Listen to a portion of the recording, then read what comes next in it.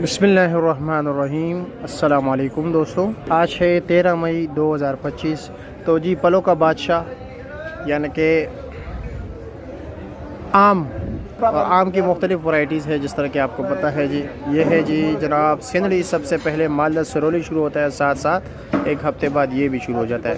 लेकिन टेस्ट के लिहाज से अगर देखा जाए जी तो सारे जो है ना इस वक्त राज़ी है इस बात पे कि मालदा सरोली का टेस्ट बेहतर है।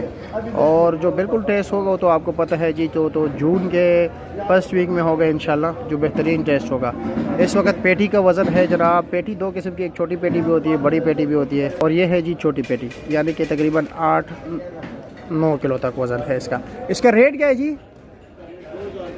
फाइनल 2000 रुपया, इससे कम नहीं है। वज़न 8 किलो निकलेगा पक्का? चलो जी शुक्रिया। ये मालदा छोटी पेटी बड़ी, अच्छा यूसुफ भट्टी मशहूर मार्का। ये जी मंडी का मशहूर मार्का है जी यूसुफ भट्टी, और इसका स्टैंडर्ड बेहतर होता है जी।